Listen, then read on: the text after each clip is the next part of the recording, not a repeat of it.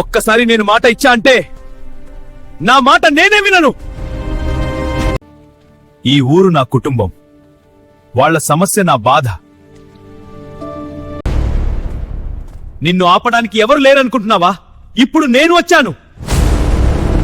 నీ నవ్వు చూసిన రోజు నుంచే నా జీవితం మారిపోయింది. ఈ ఊరికి నష్టం చేసే వాళ్ళకి నేను గోడలా నిలబడతా.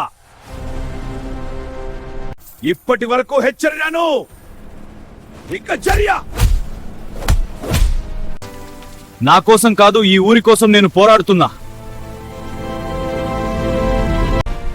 న్యాయం కోసం పోరాడితే ఓటమేది ఉండదు. మనసు మంచిగా ఉంటే గెలుపు మనదే.